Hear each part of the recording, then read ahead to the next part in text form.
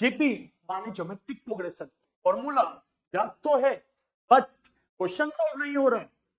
तो आज एक्सरसाइज 8.3 का हर डाउट क्लियर होने वाला है, तो वीडियो एंड तक जरूर देखना। एंड इसके बाद आप कोई सा भी क्वेश्चन लो, चुटकियों में सॉल्व हो जाए। Hello student, welcome back to my channel. तो आज हम class 8 mathematics Ganita Manjari chapter 8 exercise 8.3 का question step by step discuss करने वाले हैं। ठीक है, तो बढ़ते हैं क्वेश्चन के साथ। तो अपना कंटेंट क्या होने वाला वो ध्यान से देखो। ज्योमेट्रिक प्रोग्रेशन पहला अपना टॉपिक होगा, नेक्स्ट होगा जनरल टर्म, एंड उसके बाद होगा क्वेश्चंस। ठीक है, तो सबसे पहले देखो कि ज्योमेट्रिक प्रोग्रेशन क्या होता है। सबसे पहले आपको समझना है कि ज्योमेट्रिक प्रोग्रेशन क्या होता है। ठीक है, तो ध्यान से देखो, a geometric progression is a list of number in which each term after the first term, मतलब पहला टर्म छोड़ने के बाद जो नेक्स्ट टर्म से होगा, is obtained by multiplying the previous term by a fixed number। Definition तकलीफ हो रहा है ना, कोई बात नहीं, एग्जांपल से समझो कि सपोज एग्जांपल के रूप में लेता हूं, सपोज मैं एक नंबर ले लिया 2, एग्जांपल के रूप में लेता हूं मैं एक, ठीक है, एक फिक्स नंबर ठीक ले लेता हूं, बार बार 3 को 2 के साथ मल्टीप्लाई करूंगा, तो 3 के साथ 2 मल्टीप्लाई हुआ तो क्या बना, ये 3, प्रीवियस टर्म के साथ 2 3 जा 6 बन गया, बन गया क्या। अभी ये प्रीवियस टर्म बन गया, अब प्रीवियस टर्म के साथ फिर 3 मल्टीप्लाई करो, क्या बनने वाला ये 18 बना गया। फिर 18 के साथ वापस आपको 3 मल्टीप्लाई करना है और ये बन जाएगा 54 एंड सो ऑन। आपको जो सीरीज मिलेगा वो कुछ इस टाइप का जो सीरीज मिलेगा, इस पार्टिकुलर लिस्ट को हम लोग क्या बोलते हैं, जीपी। क्या बात क्लियर है। एक और एग्जांपल देखो, मैं सपोज 1 ले लिया हूं, एग्जांपल नंबर 2 समझा रहा हूं, और इसके साथ मैं एक फिक्स नंबर ले लेता हूं 5। अभी 1 के साथ 5 इंटू करते हैं, प्रीवियस टर्म 1 था, 5 मिल गया। अब मेरा प्रीवियस टर्म क्या बन गया, आपका 5 बन गया। अब 5 के साथ मैं वापस 5 इंटू करता हूं, 25 बन गया। अब मैं 25 मेरा प्रीवियस टर्म बन गया, प्रीवियस टर्म के साथ वही फिक्स नंबर क्या 5 को मल्टीप्लाई करता हूं, तो ये बन गया 125। अभी 125 के साथ प्रीवियस टर्म 125 बन गया, वापस 5 मल्टीप्लाई करता हूं, तो ये क्या बनेगा आपका 625 एंड सो ऑन। तो इस टाइप का जो सीक्वेंस मिलेगा, जो प्रीवियस टर्म के साथ मल्टीप्लाई या प्रीवियस टर्म के साथ हर फिक्स नंबर को डिवाइड करके जो सीरीज लिस्ट बनेगा, उसी को हम क्या बोलेंगे, जीपी बोलेंगे। क्या बात क्लियर है, जीपी किसको बोलता है। ठीक है, एपी के केस में क्या हो रहा था, जो कि हम लोग का प्रीवियस वीडियो था, अगर आप प्रीवियस वीडियो नहीं देखा तो आप आई बटन ऊपर मैं लिंक पे दे दूंगा, आप उसमें क्लिक करते ही आपको प्रीवियस लेक्चर मिल जाएगा। ठीक है, बट इस लेक्चर में देखो कि एपी में क्या था, एपी में आपको नेक्स्ट टर्म मिलने के लिए आपको प्रीवियस के साथ आइदर ऐड करना पड़ता था या सब्ट्रैक्ट करना पड़ता था फिक्स नंबर को। बट जीपी के केस में आपको क्या करना पड़ेगा कि प्रीवियस टर्म के साथ आपको मल्टीप्लाई या डिवाइड करना पड़ेगा। एपी के केस में एडिशन सब्ट्रैक्शन, एंड जीपी के केस में मल्टीप्लाई एंड डिवाइड। बात क्लियर है। चलो, तो अपना नेक्स्ट टॉपिक है जनरल टर्म।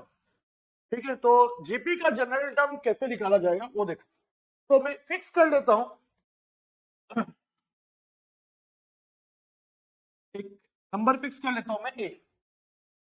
ठीक है, और पहला टर्म ये, तो और फिक्स टर्म ले लेता हूं आर। तो इसके साथ जैसे ही मैं आर इंटू किया प्रीवियस टर्म के साथ, क्या बन गया, ये ए आर बन गया। अब अपना प्रीवियस टर्म चेंज हो गया, प्रीवियस टर्म क्या बन गया आपका ए आर। अब इसके साथ ए आर इंटू करो, आर इंटू करो, सॉरी, क्या बन जाएगा ए आर स्क्वायर। फिर प्रीवियस टर्म के साथ आर इंटू करो, क्या बन जाएगा ए आर क्यूब। फिर प्रीवियस टर्म के साथ आर इंटू करो, ये क्या बन जाएगा A R to the power 4 and so on. Clear है बात। तो अभी ध्यान से देखो, क्या ये टर्म को मैं T1 बोल सकता हूं, फर्स्ट टर्म, ये टर्म को मैं T2 बोल सकता हूं, सेकेंड टर्म, ये टर्म को T3, ये टर्म को T4 एंड सो ऑन। ठीक है, अभी आपको क्या करना, एक पैटर्न खोजना। ठीक है, ध्यान से देखो, पैटर्न दिखाई देगा। तो मैं जब इसको सिंपल फॉर्म में लिखता हूं, T1 को क्या लिख रहा था, ए, T2 को क्या लिख रहा था, ए आर, T3 को क्या लिख रहा था, ए आर स्क्वायर, T4 को क्या लिख रहा था, A R to the power 4। अब पैटर्न को ऑब्जर्व करो, पैटर्न क्या है यहाँ देखो, सारा में ए आ रहा है, हाँ ठीक है। आर का पावर देखो कैसे आ रहा है, अगर 2 हो रहा है तो यहाँ 1 आ रहा है, 3 हो रहा है तो यहाँ 2 आ रहा है, 4 हो रहा है तो यहाँ 3 आ रहा है, तो 1 हो रहा है तो आर का पावर अल्टीमेटली क्या बन रहा होगा, 0 बन रहा होगा, एक कम। तभी तो एनीथिंग टू द पावर 0 क्या होता है, 1 होता है ना। ठीक है, तो अभी अगर आपको ये पैटर्न पता चल गया तो आप खुद बताओ कि T17 क्या होने वाला है। पहले तो ए तो आने वाला फिक्स है, आएगा ना, और एक कम कौन होने वाला, 17 का एक कम 16, तो आर का पावर क्या बनेगा, ये 16 बन जाएगा। क्लियर है बात। तो अगर मैं T20 निकालना चाहता हूं तो ए तो आने वाला है, 20 से एक कम कौन होने वाला है, 19, तो इसका मतलब आर का पावर क्या बनने वाला है, 19। क्लियर है बात। तो अभी ध्यान से देखो, तो अगर मैं लिखता हूं Tn, तो क्या लिखूंगा, A R to the power N से एक कम, एन से एक कम कौन होगा, n-1, तो ये आपका बन गया एक्सप्लिसिट रूल या nth टर्म। क्या बात क्लियर है, एक्सप्लिसिट रूल या nth टर्म। तो ध्यान से देखो, यहां पर a का मतलब क्या होगा, फर्स्ट टर्म, r का मतलब होगा कॉमन रेशियो। ये कॉमन रेशियो कैसे निकालता है, प्रीवियस सेकेंड टर्म को फर्स्ट टर्म से माइनस, मतलब दो कॉन्जिक्यूटिव टर्म को डिफरेंस डिवाइड करके आपको लिखा। तो सपोज a2 को a1 से डिवाइड कर लो, a3 को a2 से डिवाइड कर लो, एंड सो ऑन, मतलब सेकंड टर्म को फर्स्ट टर्म से डिवाइड करके निकालते चलो। ठीक है, ये बन गया। और यहां पर n क्या होने वाला है, n equal to number of, n क्या होगा, नंबर ऑफ टर्म। ये बात था आपका एक्सप्लिसिट रूल। तो यहां आपको दो चीज मिल गया, आपको दो चीज मिला, क्या क्या मिला देखो ध्यान से। तो सबसे पहले मिला अपने को एक्सप्लिसिट रूल,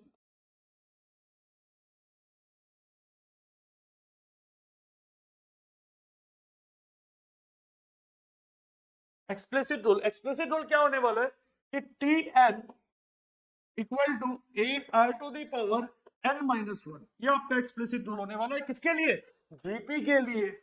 क्लियर है बात। और आपका रिकर्सिव रूल क्या होने वाला है वो समझो ध्यान से। रिकर्सिव रूल क्या होने वाला है, T N equal to R into Tn-1, Tn equal to R into n-1, और ये जो आर होगा, ये आर क्या होगा, कॉमन रेशियो। ये जो आर होने वाला है वो क्या होगा, कॉमन रेशियो। एक बार ध्यान से देखो,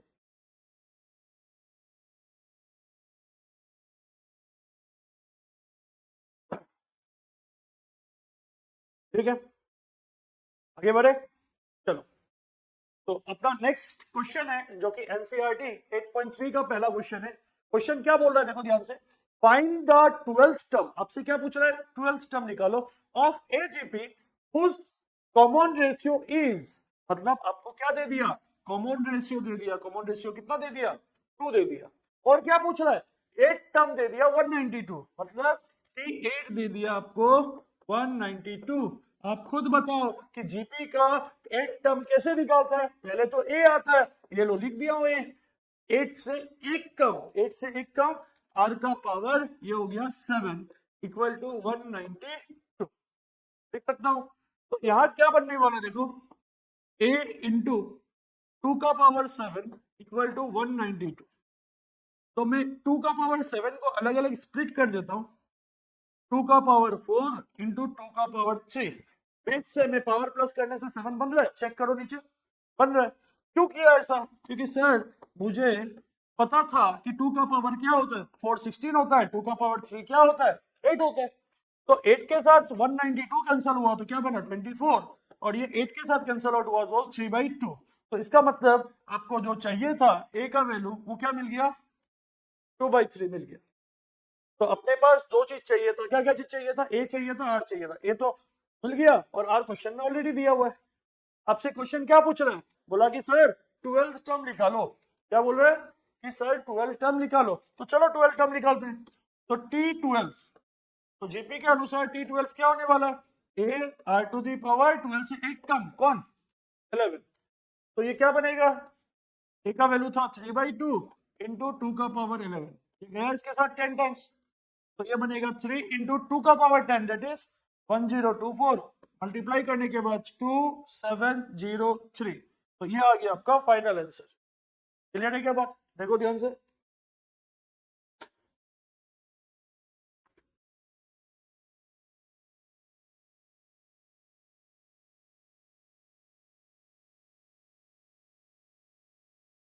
क्लियर है? चलो, तो आगे बढ़ता हूं क्वेश्चन नंबर 2 की तरफ। क्वेश्चन नंबर 2 क्या बोल रहा है? सिंपल क्वेश्चन है। आपसे क्या पूछ रहा है? आपसे दो चीज पूछ रहा है। क्या पूछ रहा है? 10th टर्म बताओ और 11th टर्म बताओ ऑफ ए जीपी। एक जीपी दे दिया गया है। क्या जीपी का पहला टर्म दिखाई दे रहा है? कितना है पहला टर्म? 5। इसका मतलब अपने को ए पता चल गया, कितना? 5। आपको सीक्वेंस जीपी का लिस्ट दे दिया गया है, तो क्या उससे आप आर निकाल सकते हैं?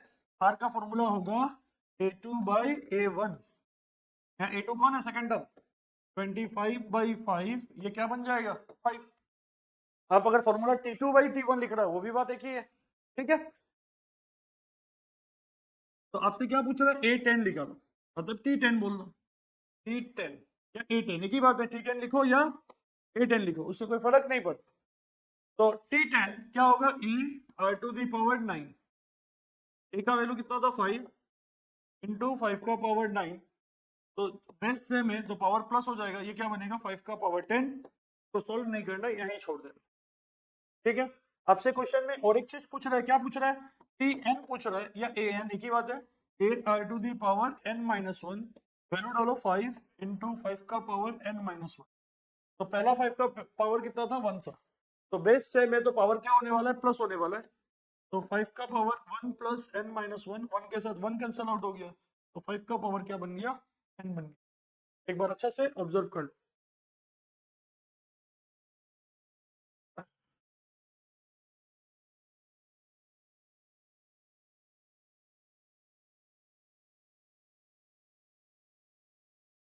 क्लियर है? तो आगे बढ़ता हूं नेक्स्ट क्वेश्चन के साथ। नेक्स्ट क्वेश्चन क्या बोल रहा है कि a sequence is given by a recursive rule. एक रिकर्सिव रूल से दिया हुआ है t1 equal to 2 and tn plus 1 equal to 3 into tn minus 2 for n greater than equal to 1। मतलब n का वैल्यू 1 या 1 से बड़ा वैल्यू डाल सकता है। Which term of the sequence is 730। आपको निकालना है ये सीक्वेंस का कौन सा टर्म 730 होगा। ठीक है, लेंथी प्रोसेस है थोड़ा, हम लोग स्टेप बाय स्टेप लिख लेगा, ज्यादा बड़ा वैल्यू नहीं है। तो क्वेश्चन में क्या दिया हुआ है? T1 दिया हुआ है 2। तो T2 निकालने के लिए T1 प्लस 1, तो 2 को लिख सकता हूँ 1 प्लस 1, तो n का वैल्यू क्या हो गया? 1 हो गया। ये क्या बनेगा? 3T1 माइनस कितना? 2। तो 3 इंटू 2 माइनस 2, ये बनेगा 6 माइनस 2, कितना बन गया? ये 4। 3 तो 3 को प्लस 1 के फॉर्म में लिखना है, तो क्या लिखूंगा? 2 plus 1।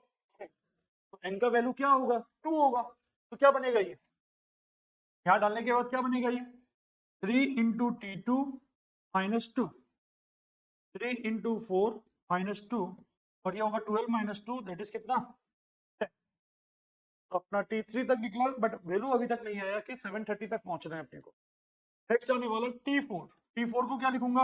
T3 plus 1, 3 into T3 minus 1, minus कितना?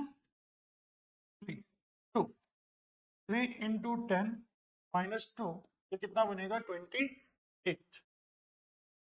क्लियर है बात? आगे बढ़े, चलो। T4, T4 नहीं T5। T5 को क्या लिख सकता हूँ? T4 प्लस 1, तो 3 into T4 minus 2, 3 into 28 minus 2, ये आपका हो जाएगा 4, और इधर आ जाएगा 8 माइनस 2, 82 बन जाएगा। क्लियर है बात? अभी आगे बढ़ता हूँ। नेक्स्ट है T6। तो T5 प्लस 1 लिख सकता हूँ, तो 3 इंटू T5 माइनस 2, तो 3 इंटू T5 कितना होता है? 82 माइनस 2, क्या हो गया? 6, 24 माइनस 2, तो 244। आई होप यहां तक क्लियर है बात। T7 तो क्या लिख सकता हूं 6 + 1 3 into T6 minus 2 3 into T6 T6 का वैल्यू क्या था 244। रिकर्सिव रूल का मतलब ही ये था अब प्रीवियस वाला जो वैल्यू होगा टर्म दिया जाएगा उसका वैल्यू को लेना। ठीक है तो ये क्या बनने वाला है 2 3 एंड 6 7 माइनस 2 ये बनेगा 730 जो आपको चाहिए था। तो इसका मतलब n का कौन सा वैल्यू डालने से आपको 730 मिल रहा है तो मतलब T7 में कौन सा टर्म मिल रहा है आपको T7 मतलब 7th टर्म में आपको क्या मिल रहा है आपको 730 मिल रहा है जो कि क्वेश्चन का मांग था अपना मांग नहीं था। ठीक है तो क्वेश्चन क्या मांग रहा था कि 730 कौन सा टर्म में आने वाला है तो कौन सा टर्म में आने वाला है 7 टर्म तो therefore 7th term will be 730। अच्छा से देख लो एक बार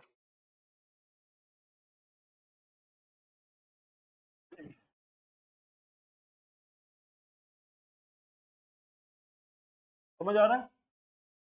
चलो तो नेक्स्ट क्वेश्चन है अपना which term of the GP एक जीपी दे दिया गया है कि 4374 आपका ये जीपी का कौन सा टर्म होगा। तो सीक्वेंस देने के बाद आप बताओ कि आपको ए का वैल्यू क्या मिला 2 आर का value second term divided by first term तो ये बनेगा 6/2 दैट इज कितना 3। तो ये क्या होने वाला है टी एन इक्वल टू क्या था 4374 टी एन का मतलब हो गया A R to the power n minus 1 4374 which term पूछ रहा है तो इसका मतलब आपको n का वैल्यू निकालना है। तो a का वैल्यू क्या था 2 इंटू 3 का power n minus 1 equal to 4374 तो इसका मतलब 3 to the power n minus 1 4374 divided by 2 ये बन गया 2187 तो आपको 3 to the power n minus 1 equal to 3 का ऐसा क्या पावर होगा जो 2187 होने वाला है। तो हम लोग साइड में प्राइम फैक्टराइजेशन कर लेता है ताकि आपके लिए इजी हो जाएगा। 3 टाइम्स गया 729 अगेन 3 टाइम्स गया 2 243 अगेन 3 टाइम्स गया 81 again 3 times 27 again 3 times 9 again 3 times 3 1 2 3 4 5 6 7 मतलब 3 का पावर 7 आपका क्या आने वाला है 2187 आने वाला है। तो इसका मतलब ये होने वाला है 3 का पावर 7 तो बेस से में तो पावर प्लस पावर इक्वल हो जाएगा। तो यहां से आपको n का वैल्यू मिल गया 7 + 1 दैट इज कितना 8। बात क्लियर है किस तरह से आया ये। तो आपको यहां तक ये बात पता चल गया कि कौन सा टर्म आपका 4374 होने वाला है वो कौन सा टर्म होगा 8 टर्म होगा। तो इसका मतलब therefore 8th term will be 4374। कोई डाउट पक्का आगे बढ़े ठीक। अब क्या पूछ रहा है second part what write the explicit formula as well as recursive formula for the nth term। तो सबसे पहले explicit formula लिख रहा हूं EF का मतलब क्या होने वाला है एक्सप्लिसिट फॉर्मूला जो कि आपका ऑलरेडी निकाला हुआ है Tn इक्वल टू n के फॉर्म में लिखना है। तो a का वैल्यू क्या था फॉर्मूला क्या था a r to the power n minus 1 a का वैल्यू था 2 इंटू r का वैल्यू था 3 का पावर n माइनस 1 तो इसका मतलब Tn बराबर 2 इंटू 3 का पावर n माइनस 1 ये आपका क्या होगा recursive formula sorry explicit formula. Clear है बात। अब आपका नेक्स्ट क्या आने वाला है रिकर्सिव रूल या रिकर्सिव फॉर्मूला एक ही बात है। तो रिकर्सिव रूल का जीपी के लिए क्या था Tn equal to r times of Tn minus 1 ठीक है और n का वैल्यू क्या होगा n का वैल्यू ग्रेटर देन 1 होगा n का वैल्यू क्या होगा ग्रेटर देन 1 होगा। तो ध्यान से देखो तो Tn की जगह में लिखूंगा 2 को खोलना जरूरी है छोड़ दो बस r का वैल्यू पुट कर दो तो ये क्या होगा, T N equal to 3 into T N minus 1, N greater than कितना हो जाएगा 1, एंड एन ग्रेटर देन क्या होगा 1 हो जाएगा, N greater than 1। And recursive rule में आपको फर्स्ट टर्म दिया जाता है, तो यहाँ फर्स्ट टर्म क्या था आपका 2, टी 1 का वैल्यू क्या हो जाएगा 2। तो ये जो होगा आपका रिकर्सिव फॉर्मूला होने वाला है, रिकर्सिव रूल या रिकर्सिव फॉर्मूला। रिकर्सिव फॉर्मूला में हमेशा याद रखना आपको प्रीवियस टर्म ऑलरेडी फॉर्मूला में गिवन रहेगा, और अपना यहाँ प्रीवियस टर्म क्या है आपका T2। अगर मैं सिंपल वर्ड में अगर पुट करना चाहता हूँ T2, अगर मैं 2 पुट करूंगा, देखते हैं कि सेकंड टर्म आ रहा है क्या नहीं आ रहा है। T2 पुट करो, 3 इंटू एन की जगह में 2 पुट करो तो T1 हो जाएगा, तो ये बनेगा 3 इंटू 2, T1 का वैल्यू 2 था, तो ये क्या है ना 6। अब चेक करो क्वेश्चन में अपना T2 आ रहा है, तो इसका मतलब अपना रिकर्सिव फॉर्मूला काम कर रहा है। ध्यान से देखो,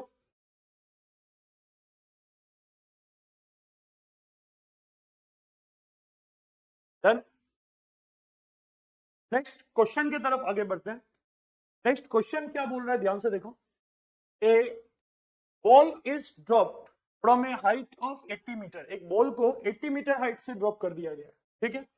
after hitting the ground it bounce back to 60% of the height from which it fail.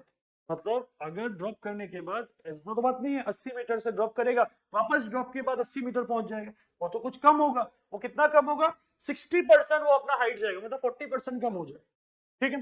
फिर क्या बोला, it continue bouncing in this way each time rising to 60%, मतलब हर बार जो हिट करने के बाद ऊपर जाएगा वो कितना बार जाएगा, 60% आप जाते जाएगा, प्रीवियस वाला का।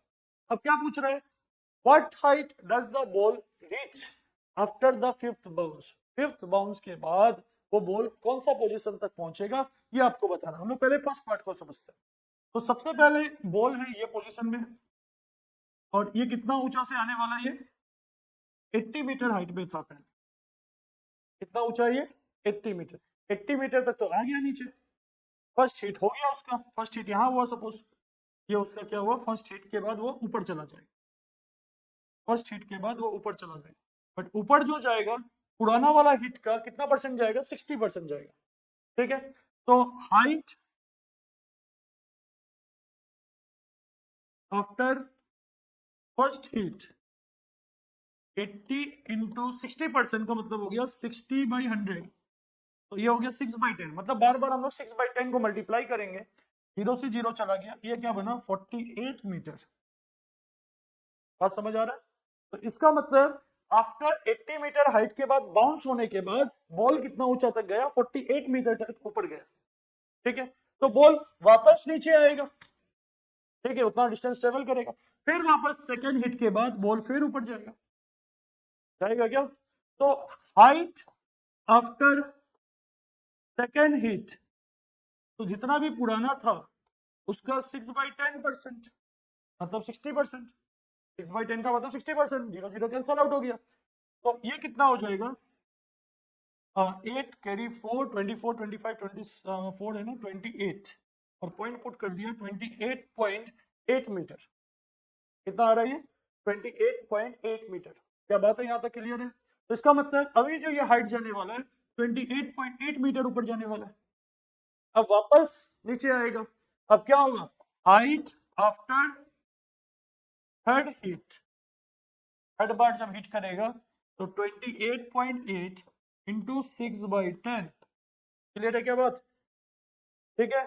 तो ये क्या आने वाला है, मल्टीप्लाई कर लो, ये हो गया 8 कैरी 4, फिर 8 52, ये आ गया 17, तो ये आ गया 17.28 मीटर। तो वापस जो थर्ड हिट के बाद, जो ऊपर जाएगा वो कितना जाएगा, 17.28 मीटर जाएगा। ये फर्स्ट हिट, सेकंड हिट, अब ये कितना आने वाला है 17.28 मीटर तक वो ऊपर जाएगा। देखो हमेशा बॉल नीचे जाते जा रहा है, डिस्टेंस घटते जा रहा है, ठीक है। बट आपको कहां तक निकालना है, फिफ्थ बाउंस तक, मतलब फिफ्थ हिट तक कितना जा रहा है, फिफ्थ हिट करने के बाद कितना बाउंस ऊपर जाएगा। तो देखो height height after fourth hit, तो पुराना वाला कितना था 17.28 इंटू 6/10। क्या बात क्लियर है क्या? क्लियर है? तो मल्टीप्लाई करो 8 कैरी 4 12 5 42 3 पॉइंट पुट कर दिया, ये आ जाएगा 9, सॉरी 9 नहीं 10, हाँ 10 आ जाएगा। कितना हो जाएगा ये 10.358 मीटर तक हाइट ये वापस जाएगा। फिर घट गया, देखो पहले कितना था 17.28, अब वो कितना गया 10.358 तक गया। ये था फोर्थ हिट के लिए, मतलब फोर्थ बाउंस जो ऊपर जाएगा। अभी नेक्स्ट कितना तक निकालना आपको, जो लास्ट, तो हाइट आफ्टर फिफ्थ हिट कितना था 10.358 इंटू 6/10, पॉइंट तो पुट कर दूंगा, पहले मल्टीप्लाई कर लेता हूँ 8, ठीक है, कैरी 4 34 आ गया, कैरी 3 24 18 प्लस 3 1 2.6, तो 6.2148। क्लियर है बात? एक बार फिर चेक कर लेता हूँ 8 30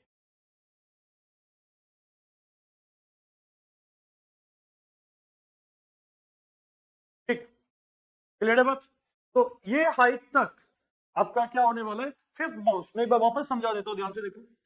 ये आपका 80 मीटर तक हाइट था, फर्स्ट बाउंस में वो कितना हाइट गया फर्स्ट हिट में 48, सेकेंड हिट ये हो गया, थर्ड हिट हो गया, फोर्थ हिट हो गया, एंड फिफ्थ हिट ये वाला हो गया। First 48 28.8 17 point this, fifth hit ये रहा fifth bounce, fourth bounce, and fifth bounce में कितना आने वाला ये 6.2148। तो इसका मतलब कि क्या पूछ रहा है, height after the ball reaches after the fifth bounce, therefore ball reach after the fifth bounce equal to कितना हो जाएगा 6.2148। चेक करो फटाफट, ध्यान से देख लो।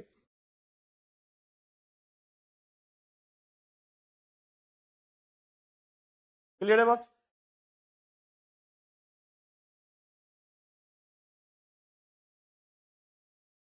खड़े आगे चल। तो नेक्स्ट पार्ट क्या है, ध्यान से देखो। What is the total vertical distance the ball has travel by the time it hit the ground for the six time.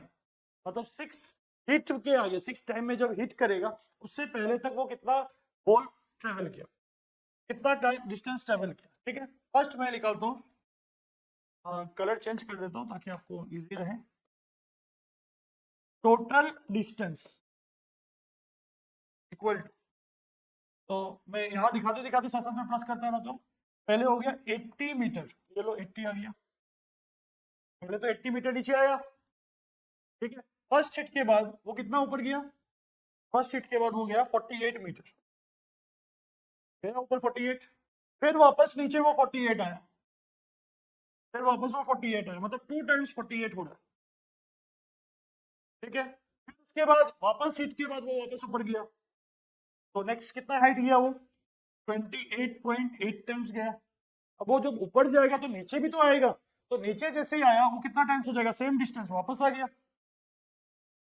ठीक है, उसके बाद वापस वो ऊपर जाएगा, कितना हाइट ऊपर जाएगा 28 के बाद 17.28, तो 17.28 हाइट वो ऊपर गया। अब जितना ऊपर जाएगा उतना नीचे भी आएगा, नीचे आने के बाद मतलब 2 इंटू हो गया। तो अभी तक कितना टाइम्स हुआ, first time, second time, third time, और ये कितना होने वाला है फोर्थ टाइम तक नीचे आ गया। बट आपको कितना टाइम तक निकालना है 6 टाइम्स तक निकालना, मतलब 2 बार हो। ठीक है, प्लस अभी नेक्स्ट टाइम में फिर ऊपर गया तो कितना ऊपर जाएगा 10.358, फिर वापस नीचे आया मतलब 2 इंटू हो जाएगा, हो जाएगा। ठीक है, फिर वापस ये अभी यहाँ तक फिफ्थ टाइम हो गया, अभी लास्ट ऊपर गया फिर नीचे आया तो 6 टाइम होगा, तो 6 टाइम होगा तो 2 इंटू 6.242148। क्या यहाँ तक कोई डाउट? क्लियर है बात? समझ आया बात? कॉन्सेप्ट क्लियर है? फर्स्ट टाइम में बस नीचे आ रहा है, बाकी में तो 2 बार ऊपर नीचे कर रहा है, तो सब में देखो 2 मल्टीप्लाई हो रहा है। तो क्या क्या मैं ऐसा कुछ लिख सकता हूं कि 80 प्लस 2 इंटू 48 प्लस 28.8 प्लस इधर हो जाएगा 17.28 प्लस 10.358 प्लस 6.2148। क्लियर है बात? Plus 8.2 plus 17.28 plus 10.358 plus 6.2148 plus 6.2148, जो भी आंसर आ रहा है मल्टीप्लाई बाई कितना कर देता है 2, मल्टीप्लाई बाई 2 था मल्टीप्लाई, ठीक है, एंड उसके साथ जो भी आंसर आ रहा है प्लस कितना कर देगा, प्लस 80।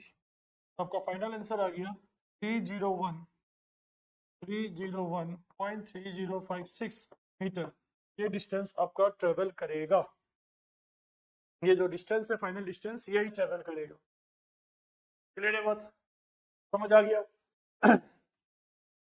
ठीक, देख लो ध्यान से,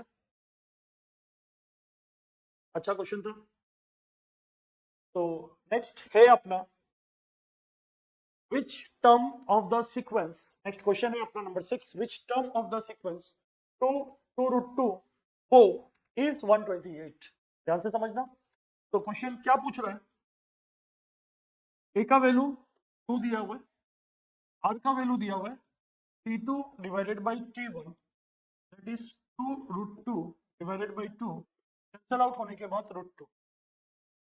सिंस ये जीपी है जो रूट 2 का कॉमन डिफरेंस में चल रहा है, कॉमन रेशियो पे चल रहा है, तो tn इक्वल टू 128, tn का मतलब a r to the power n minus 1 equal to 128, a का वैल्यू था 2, r का वैल्यू था रूट 2 का power n minus 1 equal to 128।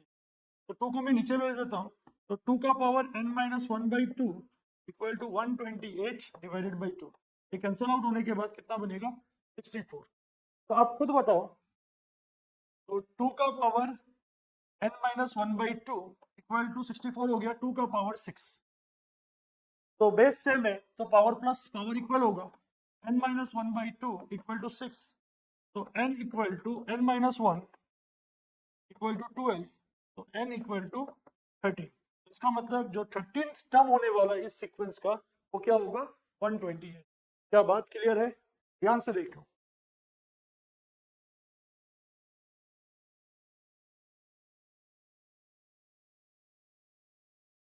तो आई होप आपको हर क्वेश्चन समझ आया है।